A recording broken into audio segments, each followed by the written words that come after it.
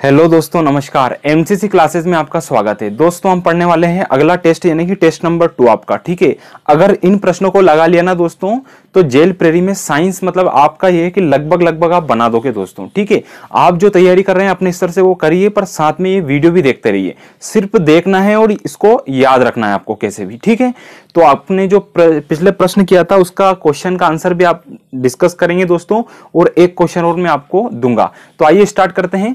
पहला नंबर का जो प्रश्न है दोस्तों आपका एमपी व्यापम का कि ट्रिप्सिन क्या है दोस्तों। प्रश्न क्या आया था कि ट्रिप्सिन क्या है। तो ट्रिप्सिन होता है दोस्तों एंजाइम। क्या होता है साथियों? एंजाइम। ठीक है, ट्रिप्सिन क्या है? एक एंजाइम है। एंजाइम है, आपको ये याद रखना है। ठीक, दूसरा प्रश्न है आपका पौधों के अंग के छोटे भाग का नाम क्या है। चाहे पौधे हो या पशु हो, ठीक है, उनके छोटे भाग का नाम पूछा गया था इसमें। ठीक, तो वो होता है आपका ऊतक यानी कि टिश्यू होता है। क्या होता है दोस्तों? टिश्यू। यानी कि अपने अंग है उसमें भी जो आपका पोर्शन रहेगा सबसे छोटा क्या रहता है? वो ऊतक रहता है। ठीक है, दो प्रश्न हो गए। तीसरा प्रश्न आता है बैरोमीटर में जल के स्थान पर पारे का उपयोग करते हैं दोस्तों। किसका उपयोग करते हैं? पारे का। वो क्यों करते हैं? तो देखो, पारे का जो घनत्व है दोस्तों वो क्या होता है? अधिक होता है, और उसका वाष्प दाब कम होता है।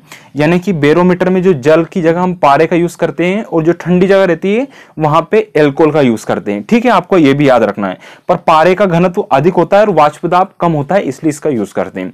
तीन प्रश्न हो गए दोस्तों। ट्रिप्सिन एंजाइम होता है। पौधे के जो अंग है उसके छोटे भाग को क्या बोलते हैं? अपन ऊतक बोलते हैं। बैरोमीटर में जो ठंडी जगह होती है वहां पे एल्कोहल का यूज करते हैं। और साधारण जो प्रश्न आता है वो है कि जल के स्थान पर पारे का उपयोग करते हैं। तो क्यों करते हैं? तो पारे का घनत्व अधिक व वाष्प दाब कम होता है। फिर चौथा प्रश्न आता है दोस्तों, एक समतल दर्पण है ना, सिंपल सा जो दर्पण रहता है द्वारा बनाई गई छवि कैसी होती है। तो जो सिंपल दर्पण रहता है उसके द्वारा जो भी इमेज बनाई जाएगी हमेशा कैसी रहेगी? आभासी रहेगी। कैसी रहेगी दोस्तों? आभासी रहेगी। ये आपको याद रखना है। ठीक, पांचवा प्रश्न आता है कांच ऊष्मा का कैसा होता है दोस्तों? सुचालक होता है या कुचालक होता है? तो देखो, कांच कई बार टूट जाता है तो कुच्चे कुच्चे हो जाते हैं उसके, तो वो क्या है? नुकसानदायक हो सकता है अपने को। तो ऐसे याद रख लेना, ये क्या हो गया? कुचालक हो गया। क्या हो गया दोस्तों? कुचालक। कुच दिया तो कुचालक हो गया। तो कांच ऊष्मा का क्या है दोस्तों? कुचालक है। ठीक है, फिर प्रश्न आपका आया था कि प्रोटीन के पाचन में कौन सा एंजाइम होता है। दोस्तों देखो, दो प्रश्न घूम चुके हैं यहाँ पे, पहला और आखिरी सेम है कि ट्रिप्सिन क्या है ये पूछा जा चुका है। तो ट्रिप्सिन क्या है दोस्तों? एक एंजाइम है। क्या है? एंजाइम।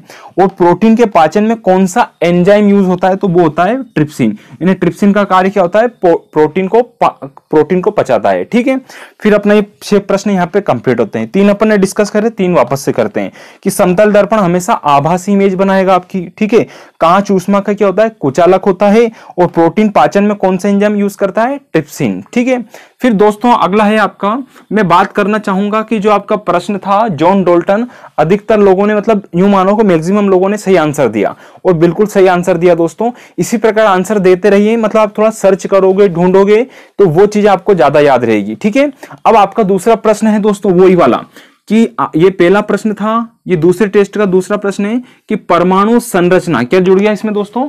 परमाणु संरचना की खोज किसने करी, ये आपको बताना है। एक साइंटिस्ट है, 2 हो तो 2 के नाम भी आप बता सकते हैं, 3 हो तो 3 के नाम भी। ठीक, अगला प्रश्न आता है 7 नंबर का कि टंगस्टन का जो प्रतीक होता है वोल्फ्राम बोलते हैं दोस्तों। वोल्फ्राम बोलते हैं अपन। तो वोल्फ्राम जो है, वोल्फ्राम, ये आपका किस भाषा का शब्द है? लैटिन भाषा का। ये टंगस्टन आपने सुना होगा वोल्फ्राम। ठीक है, लेकिन ये भाषा कौन सी है आपकी? लैटिन भाषा का वर्ड है, आपको ये भी याद रखना है। दोनों ही प्रश्न पूछे जा चुके। ठीक, अगला आएगा पौधों में मुरझाने का कारण। आपको पता है दोस्तों पौधे मुरझा जाते हैं, तो इसमें 4 ऑप्शन थे, मैं बता देता हूं कौन कौन से। कि एक था आपका पानी कम हो जाता है, पानी अधिक हो जाता है, धूप नहीं मिल पाती, या और कोई कारण। ठीक है, तो इसका जो सबसे अच्छा इन्होंने कारण माना है, बल्कि आंसर आपके 4 हो सकते हैं, पर व्यापम में जो माने गए हैं वो आपका माना गया क्या दोस्तों इसमें कि पानी समाप्ति। पानी की अगर समाप्ति हो जाती है तो पौधे क्या होते हैं? मुरझा जाते हैं। ठीक है, आपको ये याद रखना है। ठीक, आपने देखा भी होगा ये तो एग्जाम्पल। फिर है मनुष्य कितने डेसिबल से अधिक नहीं सुन सकता दोस्तों। देखो, ध्वनि की जो इकाई होती है वो क्या होती है? डेसिबल। और मनुष्य किससे ज्यादा नहीं सुन सकता? तो 85 डेसिबल से ज्यादा नहीं सुन सकता, ये आपको याद रखना है। अगला प्रश्न आता है 10वां कि विश्व का विशालतम दूरबीन, यानी विश्व का सबसे बड़ा जो दूरबीन है वो क्या है? तो वो है आपका आइस क्यूब। आपको पता है आइस में से भी अपन देख सकते हैं। ठीक, तो उसी से याद रखना आइस क्यूब है। ये 10 प्रश्न है। 11वां प्रश्न में आपको चर्चा में लेके आता हूं साथी। आगे देखते हैं दोस्तों, अगला प्रश्न आता है अपना 11वें नंबर का कि जल में वायु का बुलबुला कार्य करता है। आप लोगों ने कई बार देखा होगा जल में बुलबुला उठे आता है, वो कैसे कार्य करता है? तो अवतल लेंस जैसा कार्य करता है दोस्तों। कैसा कार्य करेगा? अवतल लेंस जैसा, ठीक है। बुलबुला कैसा दिखेगा? अवतल लेंस जैसा, ठीक है। वो वैसा नहीं दिखेगा, मतलब अवतल लेंस जैसा कार्य करता है वो, ठीक है। अपने चित्र भी दिखते हैं उसमें कई बार। तो सभी भारी रेडियो सक्रिय तत्व, क्या बोला दोस्तों? जितने भी भारी रेडियो सक्रिय तत्व हैं अंतिम रूप से किसमें परिवर्तित होते हैं? तो वो होते हैं सीसा यानी लेड में कन्वर्ट हो जाते हैं दोस्तों, ठीक है। इंपॉर्टेंट प्रश्न है ये वाला। अगला प्रश्न है 13वें नंबर का कि किसी परमाणु में इलेक्ट्रॉन की कुल ऊर्जा अधिकतम होती है। परमाणु में इलेक्ट्रॉन की ऊर्जा अधिकतम कहां होगी दोस्तों? देखिए, न्यूक्लियस की सबसे अधिक दूर वाली कक्षा में होती है। किसमें होती है? न्यूक्लियस की सबसे अधिक दूर वाली कक्षा में, ठीक है। एक बार वो देखते हैं, तो वायु का जो बुलबुला है जल में बनता है, अवतल लेंस जैसा कार्य करेगा आपका, है ना। और सभी भारी रेडियो सक्रिय तत्व अंतिम रूप में कायम में परिवर्तित होंगे, आपके सीसा यानी लेड में कन्वर्ट होंगे, ठीक है। फिर किसी परमाणु में इलेक्ट्रॉन की कुल ऊर्जा जो अधिकतम होगी वो कहां होगी? न्यूक्लियस की सबसे अधिक दूर की कक्षा में, ठीक।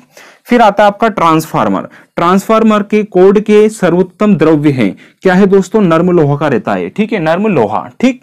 अगला आता है कार्य का मात्रक। ये तो आपको जानकारी होगी, पर ये मात्रक वाले जो क्वेश्चन है कई बार कंफ्यूज करते हैं, इसलिए आप इनको बार बार पढ़ते रहिएगा, ठीक है। तो कार्य का मात्रक क्या हो गया दोस्तों? जूल। प्लीज दोस्तों हमारे एमसीसी क्लासेस ब्यावरा को थोड़ा सपोर्ट कीजिए, वीडियो पूरा देखिए आप लोग, ठीक है। और वीडियो अच्छा लगे तो लाइक कर दीजिए और शेयर कर दीजिए। धन्यवाद साथियों।